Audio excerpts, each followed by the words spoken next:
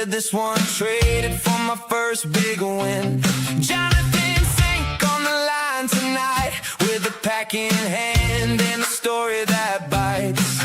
Old paper, new spark, name on the card, from basement deals to a full-on star. Collected and connected, collected and connected. Hey, what's up? My name is Jonathan Fink. Welcome to the Sports Card Collectors Club podcast. Joining me today is a very special guest. I told her ahead of time I was going to do this. She is a 101. Please welcome Mikayla Bear. Mikayla, welcome to the show. Hi. Thank you so much for having me. I appreciate it. Yeah, you're awesome. I discovered you a long, long time ago, and I discovered your Tops video, and I knew I was going to have you on the show sooner or later. And literally, I told you I was going to tell this story, but this is how the sports card gods communicate with me. So I'm always kind of like living the flip life, going through inventory, figuring out, what cards I want to, put on eBay and flip, what cards I'm going to give out at a trade show for free, what cards I'm just going to put in a shoebox and eventually trade into the baseball card store for, $10 in credit, right?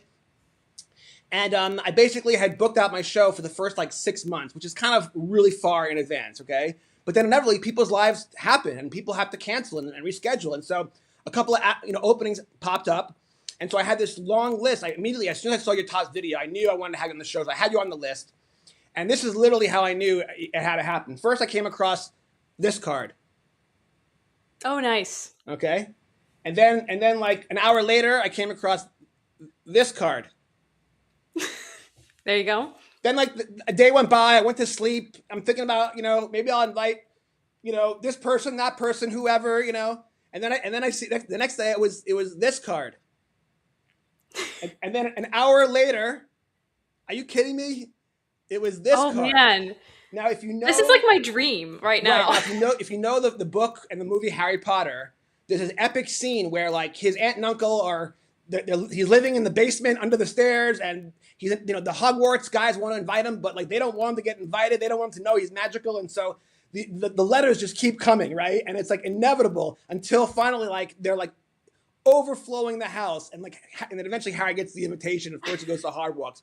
So the big sports card gods are wondering how many pink cards was it going to take for me to realize I had to get the confidence to hit you up on Instagram and ask you for an interview. Look, I have 4 books in the Cooperstown Hall of Fame forever. I've published 15 books, but as far as a podcast, I'm a nobody. I'm brand new. I have 76 followers on YouTube, and so I'm used to people maybe saying no to me, But when these cards kept coming, and then finally, come on. Now, of course, I knew your whole backstory. Finally, I get the Stephen Kwan All-Star card. I said, all right, that's it. Enough is enough. So I've been following you on Instagram, but finally I hit you up, and you were very gracious. You said yes, and so I'm so glad you did. And then, of course, once I knew we were connected and rip cards together, then I started going deep dive on YouTube and learning all about you. And the more I learned about you, the more I knew how perfect you were for this show, because you are everything that is right about the hobby. So before we get into that, let's get into the backbone of this show. When I had to create this podcast, Mikayla, I'm like, you know what? I don't want to be like anyone else. Although it turns out you did a show with Eric Pigskin and you actually ripped cards on the show. And Yeah. I haven't done any other episode he's done, but I thought I was the first to do this. That was only the second episode with Eddie, so you're That's both wild. new. But yeah, so I thought the idea would be, I've always loved ripping cards, packs since I was a kid. And so I thought, why don't I recreate Hot Ones, the very famous podcast show? And instead of, now on that show, to be fair, the wing sauce gets hotter and hotter, and the questions get hotter and harder. And I'm like, I'm not going to do that, but I am going to, break up the monotony of a show with something that's unpredictable. Because that's what makes the magic of opening a pack so awesome, is that you never know what's going to show up. So we're going to rip packs today, and we'll intermix that with some awesome questions to learn more about you and share you with the hobby. But let's first get into what you brought today to rip. So what do you got for us? A Bowman Blaster. Okay, very, very good choice. I actually have a curated card. So usually I go with a blaster, but I'm on a mission today, Mikayla, because you're my guest and I want to deliver. Now look, I can't promise the sports card cards are going to be with us, but I only chose packs that have a chance to pull a pink card. Okay? Oh, I love that. Now I did my research. It turns out that the first pink parallel, I'm sure you know this, but for those who don't, the first pink parallel was launched in 2012 by Topps Football. They introduced a BCA pink border parallel out of 399. And then in the year later, 2013, baseball followed. So before we even rip our first pack, I do have a spontaneous question, which is it just pink? Does red or purple count? Red and purple don't count, but I do chase rainbows for papardashas because they're the one of one, and I feel like if you own a one of one, you should go for the rainbow. So I do collect those other ones, but as far as like the actual collection I'm after, it's I don't include rose gold. It's fuchsia, magenta, papardasha, and pink are the official parallels I chase. I love it. I love it. So it's interesting because like the number 5 parallel and all the products is out of 5. It's out of 5 red. So you get excited, you pull an out of 5, but for you, it's like, not pink, not pink. I mean, I like the red. I like red because it's a color match for the Guardians. Fair. It's I'm more excited to pull a pink card, honestly. All right, cool. All right, why don't you open your first pack? Let's see how we do. You know, no pressure on the sports card gods, but of course we're looking for a pink one, and we'll have some fun with it. So now I know you are a true collector. You mostly own and buy singles, but what percentage of your spending money is spent on actually opening packs? Very, very little, maybe, yeah? Yeah, so this year specifically, I've been trying to do no rip 2026. Wow. And it has been not fun. I actually don't. I suggest it. It's like been a great way to like save money and spend more money on singles. It's just like not as much fun though. I love ripping packs. It's just like the odds are against you, right? Yes. And at a certain point, I had to reflect and be like, oh, I'm spending so much money ripping packs, and I could have bought like 6 of these cool cards that I wanted. So you gotta like, I had to reflect a little bit. That's I'm true. sure there's a sweet spot in there of ripping packs and buying singles that is like good for me.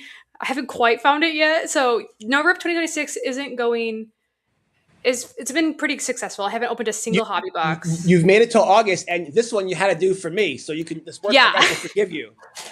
I feel like I've only done, I think I have opened like 5 blasters maybe, and then I did a series on fat packs. So other than that, I've been pretty good. That seems very responsible. I think you should be commended. I think the sports car gods are very pleased. If I told you how many blasters I've opened of 2026 Topps basketball update, it would not be good.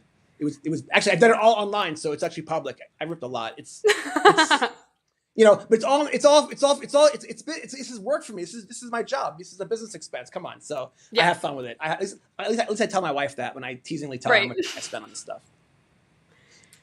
Okay, so by the way, Paulie, who's our not just the producer of this network and he runs it, he's also the host of a couple of shows himself. But he writes, "Let's go sports card podcast, fun convo and rips." Yes, the chat is alive and well. So thank you for everyone joining us today. We appreciate it. All right, I got first pack. How do you want me to like show the screen or? You can just do like one card at a time. Yeah, like, look at it yourself first to enjoy it, and then like show the screen. All right, nothing. So Kyle Schwarber, Kyle Stowers, got a Roki. I love Roki. I wish he was playing better. Yeah. Jose Ramirez, my goat. You know, Kyle Tucker has been horrible in Dodger Stadium this year. He was crying in the dugout yesterday, apparently. And like, I think the pressure of playing in that stadium with that audience, like Roki has actually never really fulfilled his promise yet, but he has the talent. I think the pressure might get to some of these guys. I know. He's so cute though. He's like such a little. He's just like a little guy. He's got good stuff. Ooh, on the 100. Yeah, nice. Top 100. Jude Warwick. Okay. And Aloy Bowman first. He was a nice chase in this. And then for paper prospects, or per paper, I have J.R. Ritchie, Francisco Espinoza, and Jorge Quintana. All right, that's what I call a bus pack, my friend. Yeah, it wasn't great. I got Roki though. I don't necessarily hate some base cards of the players I like, so that's okay. You know, I did a pack opening series. I ripped over 1,000 packs. I'd say like, I want to say 85, maybe 9% of the time they're like total worthless busts.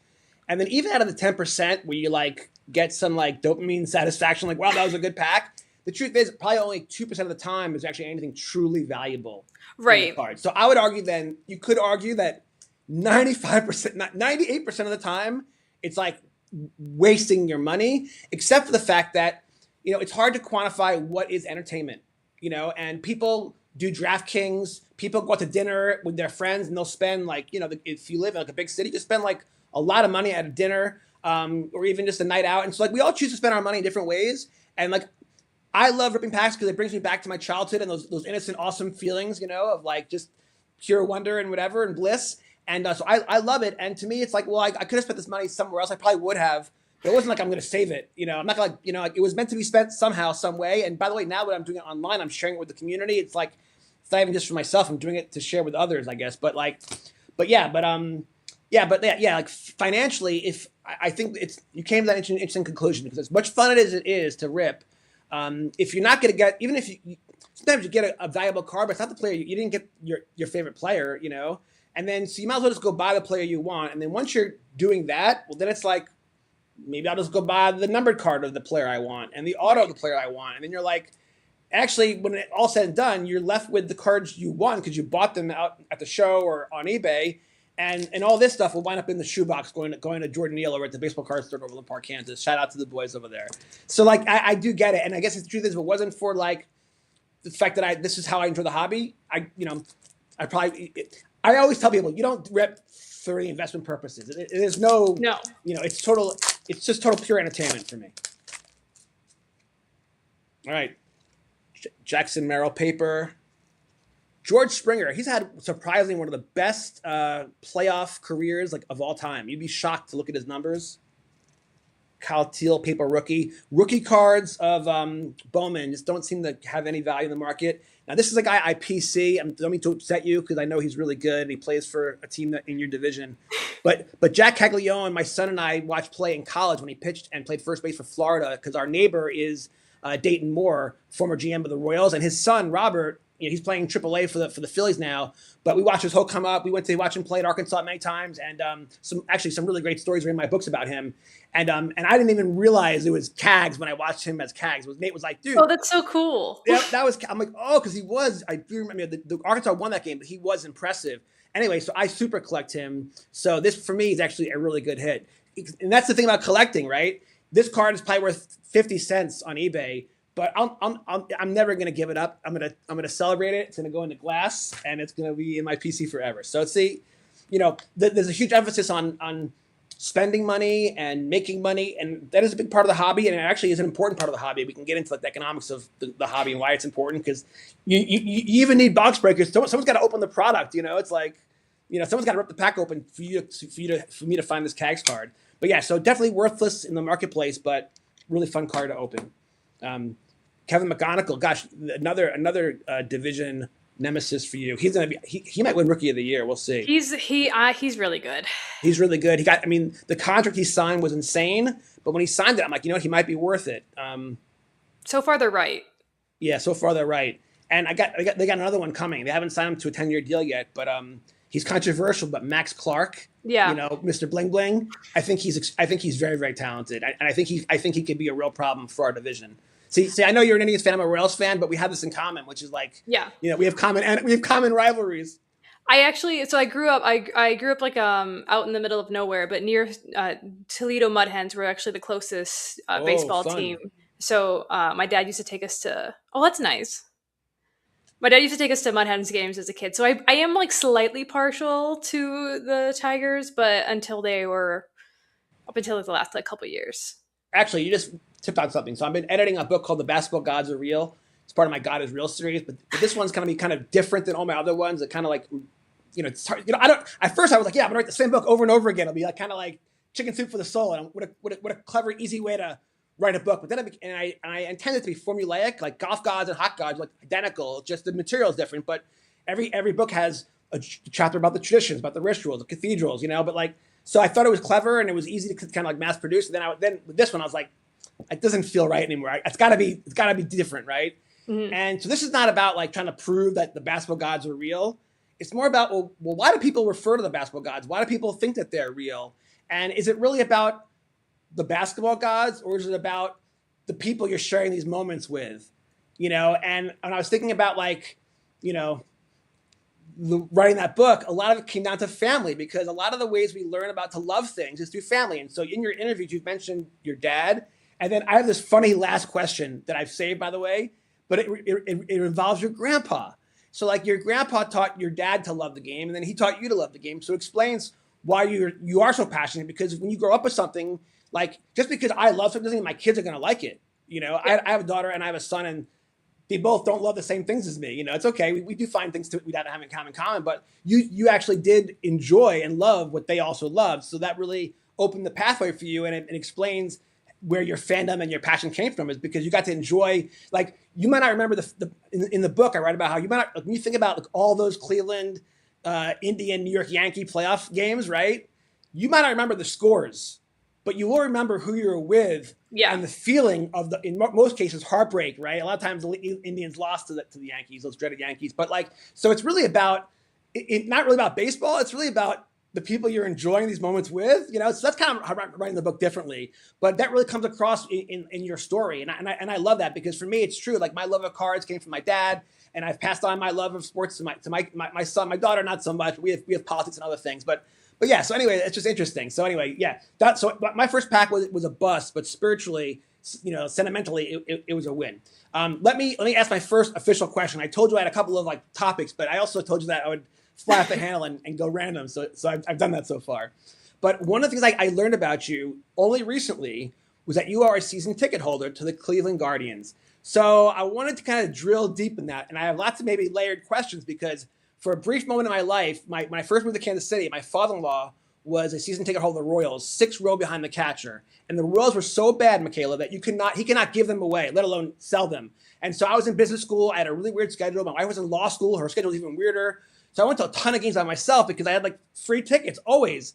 And like even like the Thursday travel day game I would go to, I'd bring my work in, whatever. I even go now to games on day games, and I'll edit and stuff. But then I used to bring business school work. The point is that I got to be around the same people game after game because they were all season ticket holders. So why don't you talk to us about the joy and the unique experience of being a season ticket holder for any team? But of course, you have a specific team, so you can go into that. But talk to me about the camaraderie, the community, and all that comes with being a season ticket holder. Yeah, I see, being a season ticket holder is honestly, it was way cheaper than I thought it was going to be. My tickets ended up being, so I only have home weekend season tickets because I do have to go to work sometimes. Um, and it's been fantastic. So it's usually either Friday, or it's either Saturday and Friday, Saturday and Sunday, and I just get to go. It's so much fun. I think the seats that we have, the people we sit next to on Fridays are my absolute favorite. There's just this adorable older couple. They've been there for maybe like 15 years now. And watching like the Lane Thomas home run and all of that in the postseason with them just meant so much, because we were there when it was downpouring. We sat there together in all of our ponchos, and so I have a picture. I should find it. I have a picture of me and the gentleman together. And it was just so much fun. And he's ripped cards with me now. He always asks like how cards are going. And they're just the sweetest couple. There's also this woman who is, I think, in her 90s. Her name is Heather. And Heather has been a season ticket holder for the last like 60 years. And she sits 2 rows ahead of me. It's awesome. Yeah, that's it. I mean, I didn't know that was going to be the case, but that was what I was kind of hoping to hear, because that's what I found to be my experience with the people around me. And then actually a couple of years later, my wife's aunt and uncles, they have the next section over, and then we kind of got invited to their games a lot, and we got to meet their whole community. And what was wild, it was like different seats, different sections, but it was the same archetypes. Kind of how you talked about there. And the people who have been that loyal to a team for so long, and look, the Cleveland Indians have had a really rough, long history. They've made movies about it, right? Yeah. League, legendary, and about the outfield fans too, as a matter of fact, right? So like, you really can appreciate when you guys have had some good times too. Don't get me wrong, and when the good times do come, the fans who have put in the time, right, and the heart and soul, they really do appreciate them so much more. And yeah, you'll see the fair where the fans kind of show up. The extra seats always get sold in the playoffs and whatever, but it's human nature. But you get to really earn it because you're in the thick of it every weekend, all summer long. Now you got left field. How did you come to the left field seats? Were that the only seats that were available? Did you get to pick and choose? Give me the experience about choosing your season ticket seats. So you get to choose. There's lots of different, and sometimes like season ticket seats are reserved for a certain number of people. We just wanted 2 seats, so that makes it a lot easier. But we actually spent a whole season where we went to 2 games at least a week. to try out a different, like a relative section in the stadium Wow, for I the didn't whole know season. that. That's I can, neat. and we were ranking based off of like how the sound system sounded versus how, like, if you could see the scoreboard. Like I love to see the actual like pitch calls. If I could see that or not, what the actual view into the field was. I like seeing the pitches a lot. I when I was like a little kid, I was a catcher, so it's always a thing I'm like slightly keen to. And yeah, so it was like all of those things. Also, like, where's the nearest water fountain? That's like one section away from my season tickets. That was important. The restrooms and things like that. Also, if the beer is good, those are all very important things. And so after all of that, it was either going to be in like the 400 sections behind home plate, or on the field in left field. And we went with left field. Got it. All right, let's do another round of pack ripping, and then we'll get into my next round. Okay.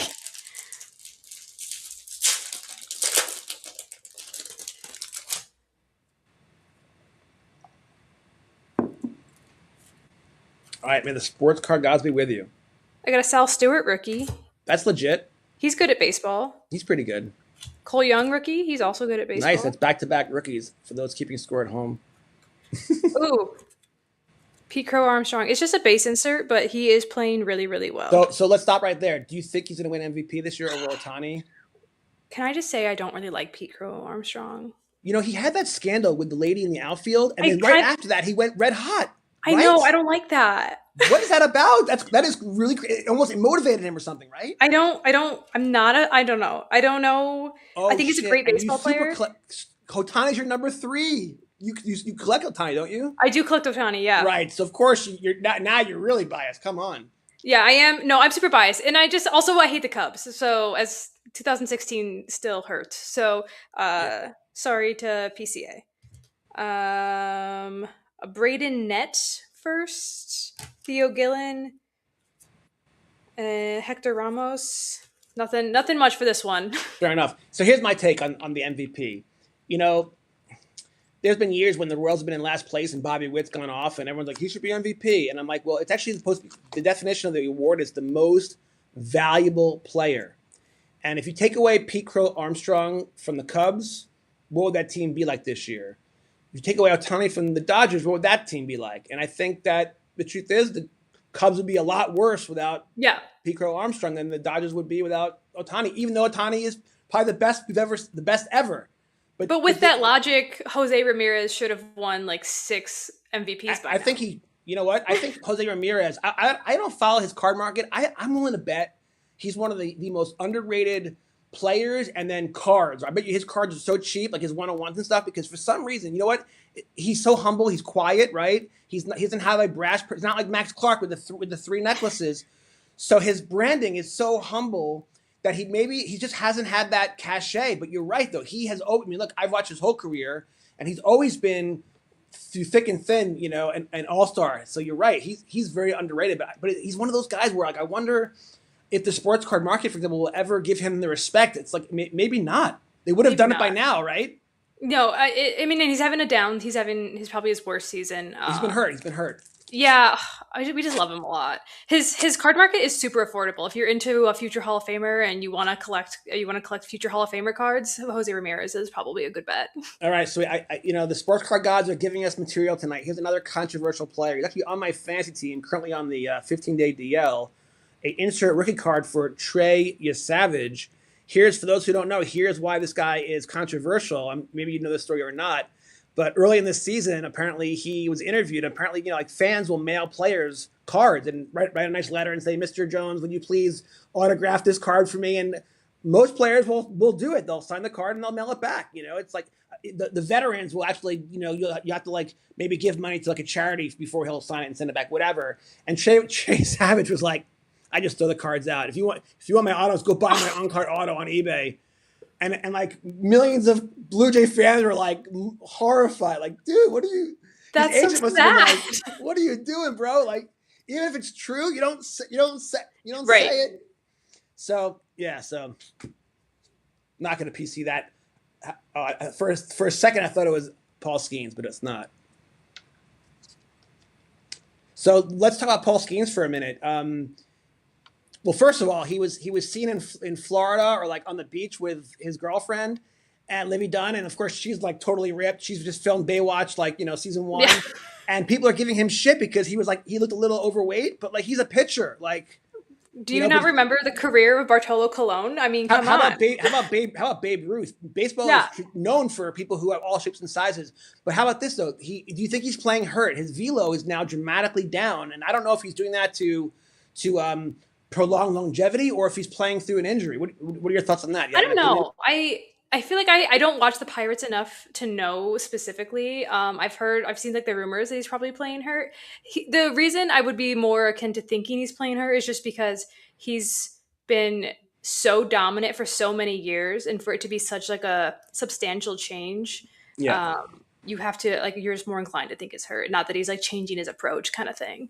I don't think people appreciate how often players play hurt and why they play hurt, and they play hurt for different reasons. Yeah. A lot of players play hurt because they don't want to lose their job. I mean, there's all kinds of different nuances to that, but a lot of it has to do with pride, whatever. But playing through injuries is a real mistake because you suffer, the team suffers, but it happens all the time. Yeah. Sandy Koufax, one of the greatest lefties of all time, youngest player ever to the Hall of Fame, 36 years old. He retired intentionally. He was like, "Look, I'm giving myself cortisone shots before every start, and I want to one day have a toss with my grandkids." He said, "Yeah, keep this up. My arm's gonna freaking fall off. I gotta just shut it down." And he kind of did a Barry Sanders. He left the game at the top of his career, which is so rare. Most players will just like Verlander. They'll play until if the wheels fall off. Which, by the way, Hank Greenberg, who I'm a big fan of, I read a lot of his books, and he went to see Babe Ruth like on his deathbed.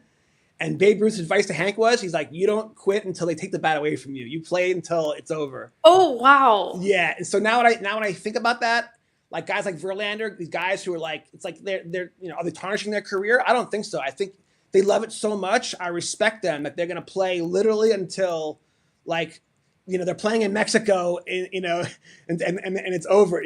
They'll like Trevor Bauer. I give him respect, man. He basically got blackballed, and he's pitching everywhere. Like he'll play it. He'll pitch till the wheels come off. That's true. Maybe not the best example. I do know. I condone nothing of Trevor Bauer. I'm so sorry. I know. He's a polarizing figure. My bad. I actually wrote about him. Believe it or not. Quick story. You'll like this story. All right, let's just tangent. Sorry, Jonathan thinks story time. So this was in I guess Baseball Gods Volume 3, maybe. So believe it or not, he was pitching for the Cleveland Indians at the time, I believe, at Kauffman Stadium. Now, my son is a Zach Campbell disciple. For those who don't know who Zach Campbell is also controversial, but he's the world famous ball hawk, right? He gets a YouTube channel where he's constantly trying to catch balls. He keeps track of all the balls he catches. And my son literally, like 9 years old, was watching Zach Campbell on video, and as soon as he could get to the ballpark, first it was toss-ups, then it was, going to BP, and then it was live games, getting home run balls. My son's we've actually hung out with Zach Campbell a couple of times, actually, and I've interviewed him for my book series, and so we love Zach. I'm on the pro Zach side, but anyway, so one game we go early, and we're in left field, as a matter of fact, but on the third baseline side, and all the fans are Trevor Bauer is taunting all the fans. So he's playing. So it was batting practice, right? And he's just out there hanging out with a couple of guys, and he would get a couple of ground balls, and a couple of guys would get ground balls, and they'd throw them to the fans, and the fans like, "Thanks, Mr. Jones," and then for Nate, getting a toss up ball player is like the coolest thing ever. And Trevor Bauer, he wouldn't just throw a ball to a fan. He would actually pretend to throw a ball and be like, "Psych," and then toss it back to the cage, And he did this for like a good 20 minutes. He did it so much that dads started yelling at him, "You effing jerk, throw a kid a damn ball." It got to the point where people were like really getting mad. And I looked at Nate and I was like, and we've seen a lot of instant karma. We watched this thing. I said to son, I said, "Watch that." I said, "Nate, this behavior will not go unpunished. The baseball gods are going to get him." And then sure enough, they made the playoffs. You might remember this. And he started bleeding during the playoffs. He had to come out of the game. It was a whole fiasco. Yeah. And Nate looked at me. He goes, "The baseball gods got him, Dad." And I was like, "Yep." And then interestingly enough, it was only, I think, the next season or two that he was at Kauffman Stadium, and he didn't like what happened with the umpire, and he turned around and took the ball from the mound and he threw it all the way, and It went over the outfield fence, 410 yards. So we have seen this guy like behave Like a despicably. child. And yeah, and so it was wild because years later, when my son got into his impressionable teenage years, he was playing travel ball, and Trevor tried to redeem himself, and he started his own YouTube channel, and he was taking everyone backstage, and he was saying all the right things and doing all the right things. And then when he had his next scandal, I was just like, I mean, can we find a role model anywhere in this world? It was very disappointing because I saw how he was trying to put his life back together. I bought it hook, line, and sinker, and my son certainly did. And so we were both very, very heartbroken when his last scandal has happened. And he's trying to fix his life again. And it's hard to it's hard to not be skeptical, right? So so with that, let's rip a pack. You go first. Yeah, sometimes there's instant karma, sometimes it's delayed. And with him, it was like delayed like a couple of months, but we got to witness it, and it was like, holy donkeys, man. Ooh, we have green. We have a green Fun. scorecard. All right, that's a number card. That's good.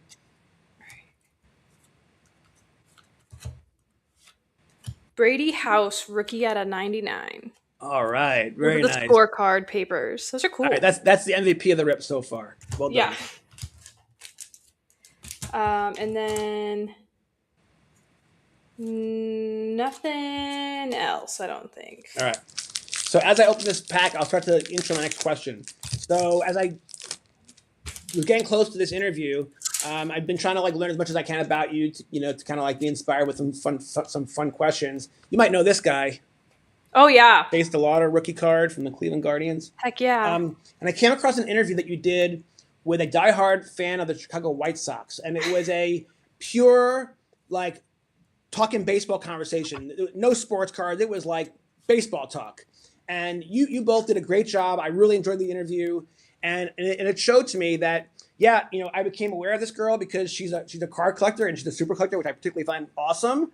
But you're way more than that. You are a true baseball, savant. You know your game. So I'd love to just pick your brain for a minute, and maybe kind of like for those who haven't checked out Kayla's interview, just go type in Mikayla Bear, Chicago White Sox, and you'll find it. And then this will be the kind of the part two, because at the time, it was post trade deadline. Mm-hmm. White Sox were in first place. Guardians were nipping at their heels, but you both were talking about how both teams kind of just struggle. Like Gavin, I watched, by the way, FYI, game of the week. I watch mostly Royals, but when it was a game of the week, I'll watch it. And it was last Saturday or Sunday, and Gavin Williams pitched. And for all the times I've watched the Royals play the Guardians, I don't think I've ever watched him pitch. This guy is so good. His stuff is like Cy Young material, like for real. Like, whoa. Yeah. So he's only one pitcher, right? But so give me the update on the Guardians. I think they're 3-7 in the last 10 games. Have you lost hope yet? Give you the wild card, Mikayla Bear summary of Cleveland Indians wild card chances. So we are currently, I think, fourth in our division. So. 5 games out. Yeah. Sports card gods are real. Heck yeah. Daniil Ortiz, on-card auto, first Bowman. That's so nice. That might Congrats. be the first time I'm such a geek. I did get the chills for real. I did. I love it. I think it's the first time I've pulled like a Roman Anthony rookie card from his like Topps Heritage, like 1977. I thought that was a cool hit. I pulled a couple number cards, but this I think is the first time I've ever pulled an auto in my podcast career. So I thank you because you brought the good energy. So I give you credit for this. That's awesome. Congrats. Yeah, cool. Yeah, sorry. I digress. Where were we? Cleveland Indians wild card. Go. Oh, we're I think we're 5.5 games back of a wild card spot.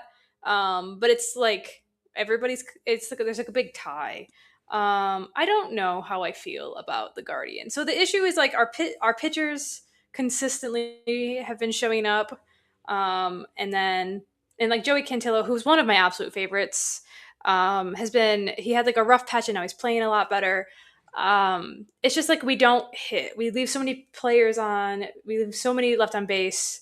And it's so frustrating.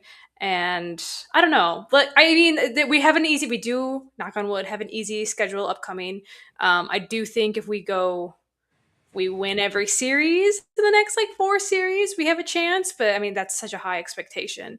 I don't know. I grew up a Browns fan. Nothing can hurt me. Right. Right. Yeah. It's like when you come from a losing culture, it's like it's all upside. Like Yeah. you're a true fan. Like you're gonna go to the game no matter if the team is winning or losing. So if they win, it'll be awesome. I think you still do have a chance because I think it's wide open. That division is Yeah, our division's not very good. not very strong. So I think it could happen for any team.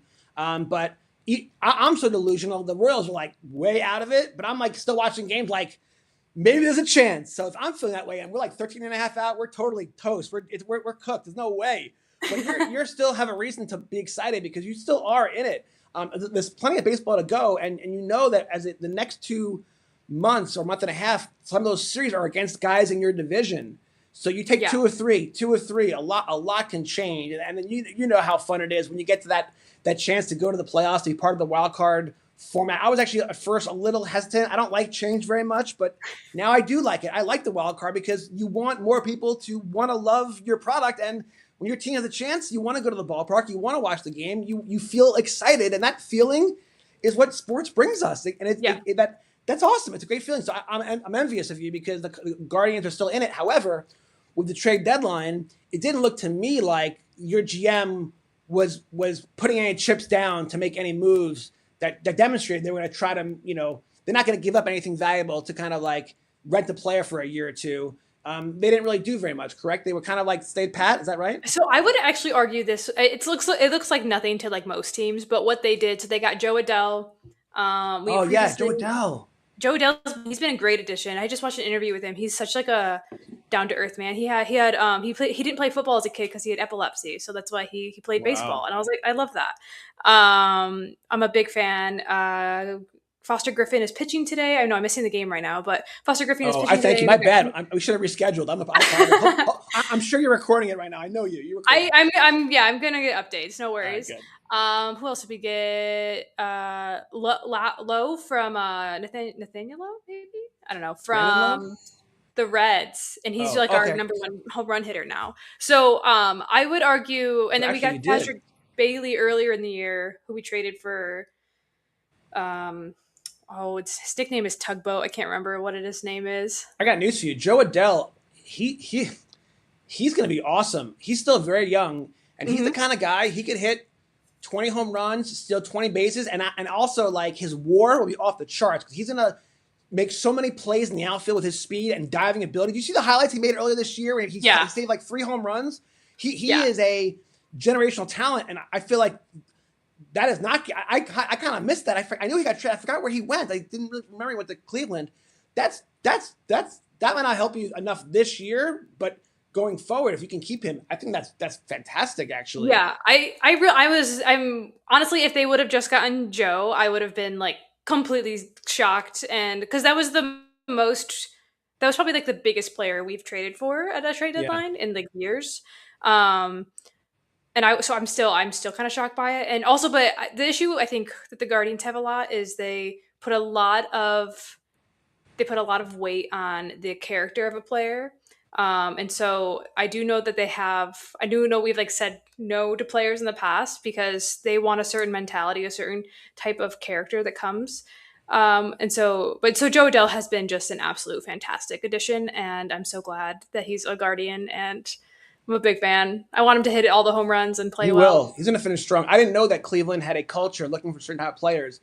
Yeah. I'm not sure this is true anymore, but when Dayton Moore ran the Royals, he was very similar. He was looking for a certain type of prototype human being, you know? And what I thought was interesting is that human beings are good people create good chemistry. Good chemistry leads to magical things that are above and beyond what your weight is or what your exit velocity is. Magic happens when there's good energy. And good karma, good energy, all that things lead to good things. So I like that. That's good to know about Cleveland, that they have that culture. I think as a fan, that makes you feel good because you want to believe there's good in the world. You want to root for players that are good people, and that's why guys like Stephen Kwan, are awesome because they find the players that have their love light shine. That's awesome. Okay, so we only have 20 minutes to go, so we're gonna have to reschedule you and do this another time. I have so more fun questions. But I have this whole list. Here's a real quick fun one. You mentioned left field has good beer, and I know you like beer. What's your favorite kind of beer? I'm a lager girly. So usually something really malty. I love like I had an Oktoberfest earlier today. Very nice. We're Does Cleveland approaching. Stadium have that kind of beer? They have like a beer Yeah, garden there. we have the Fathead yeah, the Fatheads Beer Garden, which is just Oh, you so do. so good. And then we have tons of draft beer. Cleveland is like a very big draft beer area. We have tons of craft beer all over. The beer scene in Cleveland. I can't complain. Yeah, that's But yeah, no, cool. I love a lager, something malty, a Nice. stout in the wintertime, you know. Okay, let me be. I gotta get focused with these questions now because a couple of things I definitely wanted to hit with you. Okay. The flip life. So the flip life is a term that I didn't create. I heard Gary Vee use it. Hmm. He started out going to garage sales, and then he started going to trade shows, and like his whole life was buying and selling. And so to him, that's the flip life. I've kind of, I wrote volume two. It comes out in December, and it's the subtitle is called The Flip Life because I kind of discovered my own version of flip life, which is I was trying to find ways to justify staying in the hobby after I wrote my first book, like to my wife and my kids, like the time and the money that I spend. And I had to be clever about it. And I figured out a way, which was to do it in a way that could help me maybe sell books. I've written 15 books about different topics. And what I realized is like I have an MBA. I've taken marketing classes. I know target marketing, guerrilla marketing. And, the niche of the hobby is so unique that if you can find that niche, you can really, it's like shooting, it should be like shooting fish in a barrel. And so when I first came out with my sports card book, it kind of like had this eureka moment. I'm like, my God, if people are on eBay buying and selling sports cards, they obviously love sports cards and have the money to spend on them. They can afford $10 to buy my ebook. Yeah. And so I realized I'm going to start, instead of just trading all my cards in or whatever, I'm going to sell cards on eBay and then print out my book covers and create advertisements with chat, whatever, and then put a book on sale and see if it would resonate. And it did. And that then became my excuse to like keep ripping wax and keep doing the hobby. And it was a business idea. It was genuine, but it was also kind of like tongue in cheek because I was just kind of finding a way to like keep doing what I love, Yeah. but it did work. Of course, now doing social media stuff has been a whole nother level, but even just doing that. And so I noticed with you, you're more of a true collector. You have thousands of specific cards, so you don't really sell very often. But sometimes you got to sell things just to clear out the closet, right, and the drawers. Also to help get the cash flow going to fund your hobby to buy more stuff. Yeah. So talk to me about your version of the flip life. I have noticed that you do buy and sell something. So give me your update of how you live the flip life. So most of the time when I'm selling something, and so I used to sell, I think a little bit more, I used to give away a ton of cards. The reason I've stopped giving away so many cards is because I'm not ripping as much from this no rip 2026. So when I go back to ripping, there'll be more cards to give away. So that was the caveat. And so I know I used to do giveaways like every week because they're like $1, and so someone else is going to enjoy them way more than me. I have started like getting some really large pieces in my PC. And I finally had to I sold some big Stephen Kwan cards to buy a non Stephen Kwan card. And that was crazy. And I felt weird about it. I don't regret it, but it was so you do have to make the sacrifice of which card do I actually want more? And I think I'm getting more and more into curating a collection rather than just collecting. And Yes. so, and I think I do that with the pink collection that I have a lot, but I'm getting even more niche with it. So yeah, I feel like whenever I'm selling something, it's because I have found something new and I need to fund it. And these are the PC cards that I'm willing to part with. So it'll never be a pink card. I have hundreds of duplicate pink cards. Those I'll sell, but the actual big pink ticket, big cards, those aren't gonna get sold or anything. But I guess I sell just to fund the other stuff. So I did want to talk about your PC, and I mentioned how maybe you can maybe show us some of your favorite cards. And I actually asked you, I don't want your most expensive cards. I want the ones that are most meaningful to you because every card has a story. So I wanted to see which ones you brought today. Oh man, I got my absolute. I guess this one's my favorite. This is one of my favorite cards. This is the Murakami. These are out of. Oh, you showed this one on the Topps interview. So yeah, that's one of my favorites. And I got still it is graded. your favorite. That's awesome. I got it graded recently, and I got a 7, and that was pretty I'm devastating. gonna crack that open and resubmit it. There's right? I don't know. This wasn't here beforehand at PCA or PSA. Just letting you know, at PSA that was not there beforehand. You know what? Human beings make mistakes. They might have. It's okay. I'm not gonna. It's just for the PC, so I'm not super worried. I have tons. Any card. I didn't grab them, but any cards that people give to me. Someone gave me a Stephen Kwan out of 25 at the national. Like I love that. Those always mean actually the thing that I think is my favorite part of my collection is I keep every note that anyone has ever given to me. I have a binder of them, and they're all like I know exactly who they're from and when they're from, and they are my absolute favorite thing. Like that's like might be the thing I grab in a fire.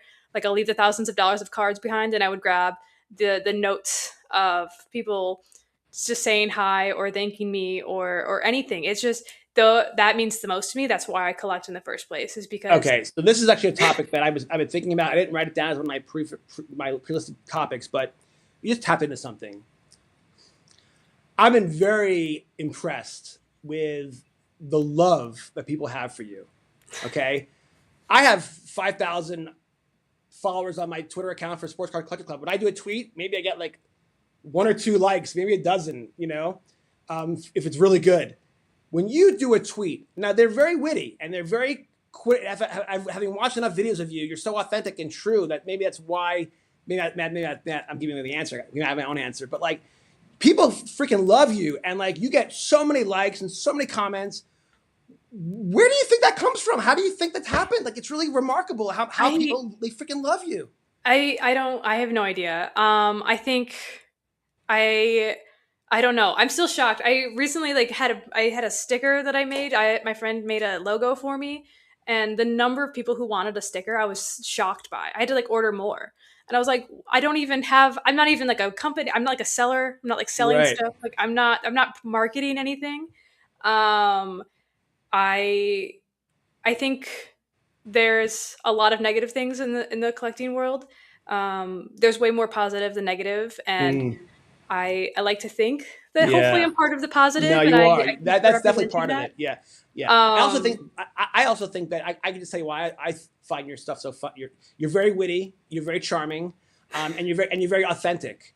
And your love of baseball and of cards is so true. It's just so refreshing in a world where like everyone's like secretly getting is an influencer with Fanatics or with card ladder. Everyone's got it bought and paid for, whatever. Like you're so true. By the way, it doesn't mean you can't take on sponsors. You should, because you should build your brand and get an LLC and get a website and sell your stickers. And you should be doing box breaks and however you want to enjoy the hobby. You should do it because you really have built momentum and like Gary, you talked about branding. Like you didn't probably intentionally set out to create brand me. No. You just were being you, and then the brand happened because you're so delightful, right? So it really the brand came kind of very naturally, I think, and so you should run with it because you mentioned how if there's a fire and you got to run out with the house, you wouldn't take your cards, you would take the letters you've gotten from people. So let's talk about that real quick, and maybe let's tie that into the Nationals. I want to talk about the National to you because you've gone several years, and are you at the point now when you go and you're being stopped constantly by people who want to take a picture with you because you're like in this world you're like famous? You like famous? I'm not. I wouldn't say it's constantly, but I was stopped more this year than I've ever been.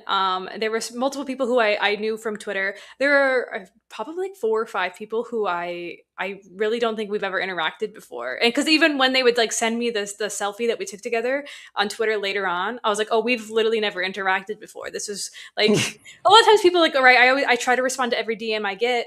I think being personable and because when someone's taking their time to message me, like that's important to me. The fact that you took time out of your day to message me, I'm just some random girl in Cleveland that you're messaging, and so like that means a lot to me. And I also randomly will reach out to people who I think are cool too. So like I get it. Yeah, goes both ways. Yeah, and it was crazy. It's weird. It's weird to get stopped at shows. That was weird. This is the first time at it's happened like at local shows. I feel like I'm pretty well known around Cleveland. But at a national show, that was wild. All right. Very cool. All right, let's do this. We have 10 minutes to go. Let's do one more round of packs, and then I have 2 more blocks of questions that will be perfect timing. Okay. By the way, we got like 667 people in the chat tonight. Everyone, thank you so much for joining us. That's a lot of people. I appreciate it. I'm still always overwhelmed by the power of the internet and how like I was thinking about like if you fill up a classroom with people, how many people is that? You fill up a high school gym, how many people is that? You fill up like the Uptown Theater, how many people is that? Like it's 700 people. We're almost at 700 people. That's a lot of people. So I really am grateful for all you guys for joining us. So thank you very much, and thanks to Mikayla for doing this. This has been awesome. Thank you so much for having me. All right, sports card gods have already been pretty good to us tonight. I pulled an auto. Let's see if we can top that. Hopefully you get pull some Um, magic. Nothing for me. I did get a Roman Anthony rookie. All right, that's cool. We'll take that. We'll take that. Okay, this is not pink, but it is orange, so it's close Oh, to I love pink. those. That's a fun parallel. The sun parallels are so cute. We got Bryce Miller I paper. I love the spring the series one holiday set because they're all like springtime. I want to get like the Shohei Ohtani has like a chickens one. I would like to get the Oh, I haven't chickens. I seen think that it's so yet. cute. That is cute. I've seen like the Cactus League and the Grapefruit League ones. Those are really cute Yeah, designs. I also appreciate cool photography every once in a while. He's Byron though Buxton. that's cool. Those Look are at so that cool. Yeah. sick card. All right, this is looking like a bus pack so far. There's Boba Fett again. Ooh, Kansas City Royals team picture. That's cool. That's cool. This is a really weird one. Randy Johnson. The uniform. It looks like, it must be a spring training photo. Isn't that Oh weird? yeah, It's that's nothing fun. on the front. It's like black. It's really weird. All right, Wyatt Langford, and then and Saguna. It's a bus pack, but you know what? I'm not complaining. We did really Yeah, good. I pulled the Cags, rookie, and an auto. I'm very very pleased. Very very good. Okay, so two more topics. Okay, and these are important ones.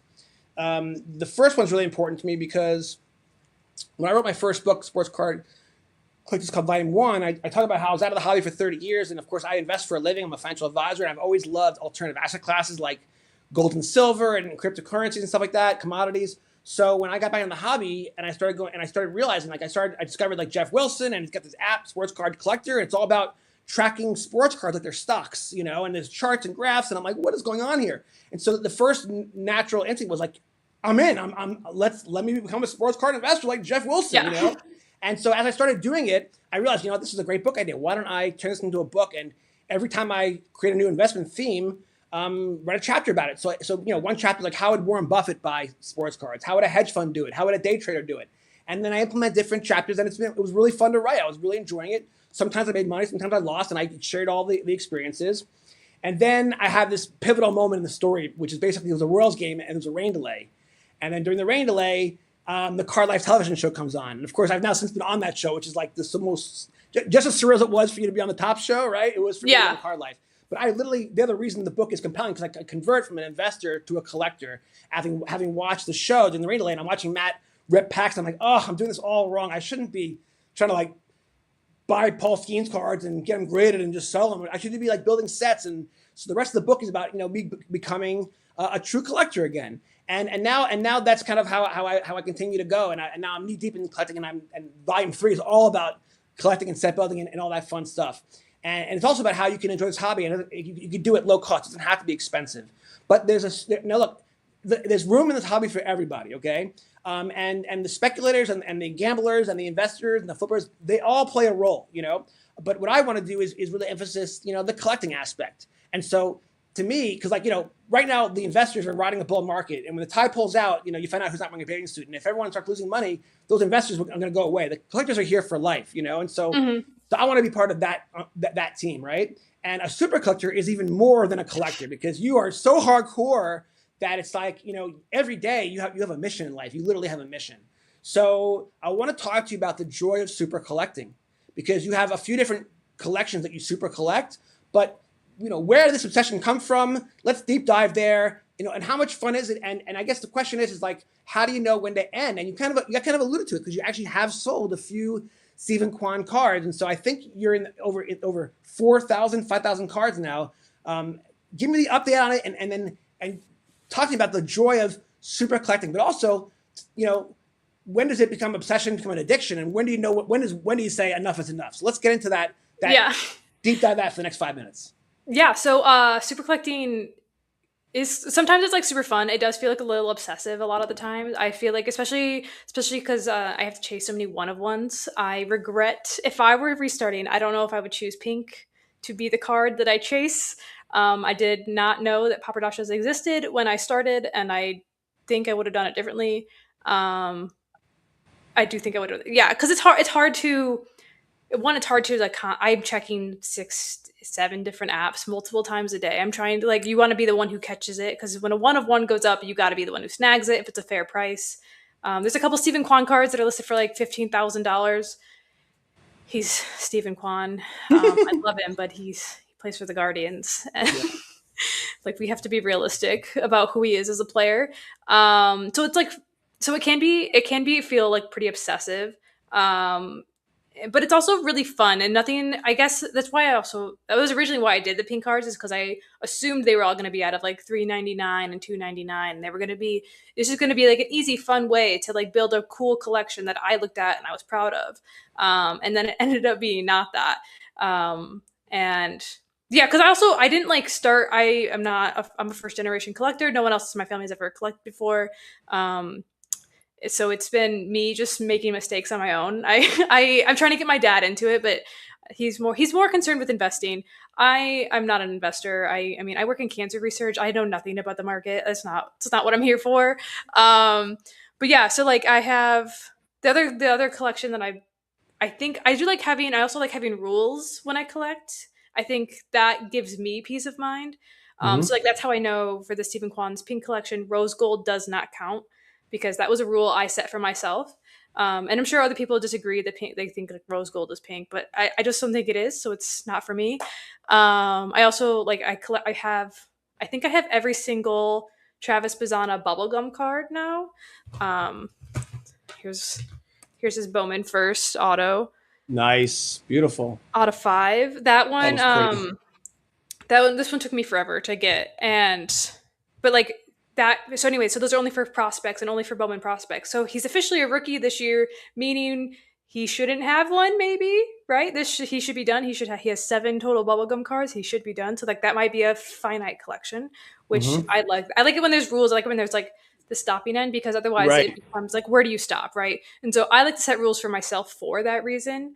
Also then you get to finish something. Like I think like I like to be like, oh yeah, I did it. Like I want to frame these one day and be like, I did it. This is it. I Yep. did them all. Okay, so let me transition for our last question, but I know how you will end the Stephen Kwan Super Collection. Do you know how it's going to end? You, Oh, you kind of alluded to it, I think, in one of your interviews, or maybe I inferenced it. oh man, I don't know. I guess when I get them all, maybe. When Stephen Kwan gets traded to the New York Yankees, because your Yeah. grandpa would never No. live it down. So Grandpa if would he not ever like that. so if he ever became a Yankee, that's when you know, okay, I'm done. I now Yeah, I'm at peace with this Yankee is when collection. I'm done. I'm so sorry to Because Yankees fan. actually, that would be a blessing because then you would have a definitive ending, and then you have a chance to say, all right, what am I collecting next? Because there's That's always true. something next, and that's when it's like true love. When you feel true love for the first time, or you're like it's like brand new. So it's like you're in love with Stephen Kwan, but it might not be forever. And by the way, he is a valuable bat. And every trade deadline, I always feel like if the Indians, I always say Indian stuff, if Guardians ever become sellers, he's one of those pieces that any team would use. So I always fear like, okay, that's going to happen to Mikayla soon, but maybe it would be a blessing in disguise. I'm just throwing it out there. That's true. That's a fair Just from the positive hobby point. perspective, so you have the next thing to super collect. Okay, we got 2 more minutes.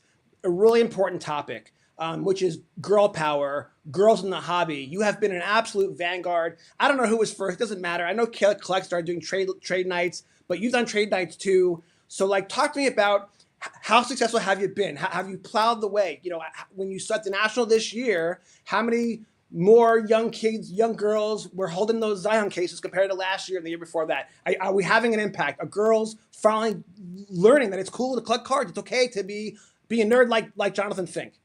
I honestly think that was the most. So I've been to four nationals now, and I try to go to as many local shows as I can. So in Cleveland, is a great card scene.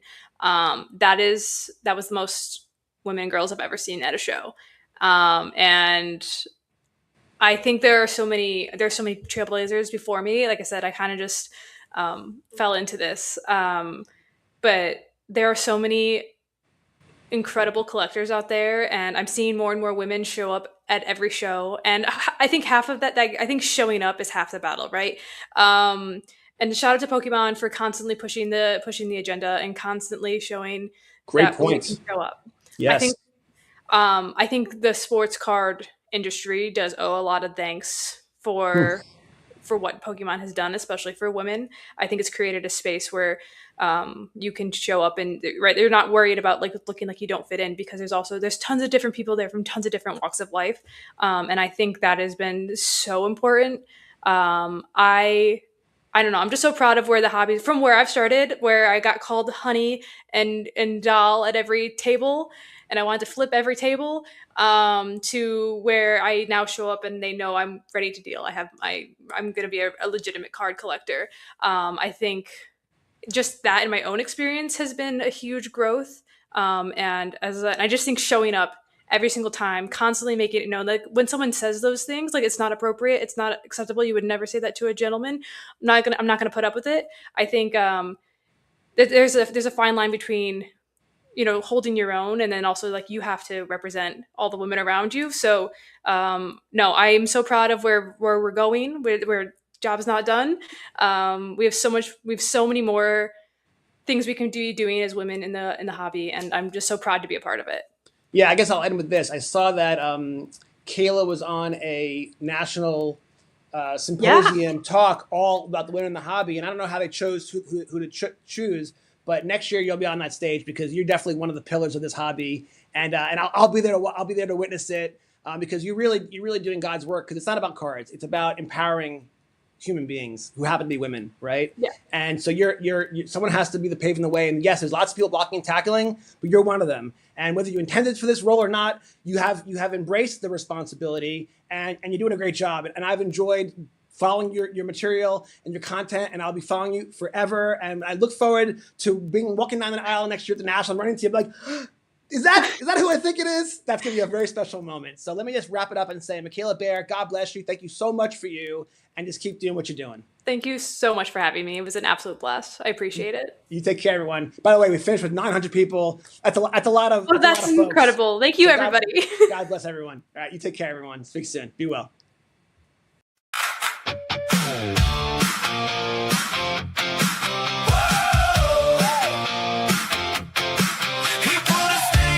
Shoebox lid, said this one traded for my first big win.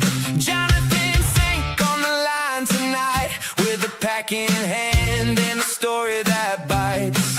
Old paper, new spark, name on the card, from basement deals to a full-on star.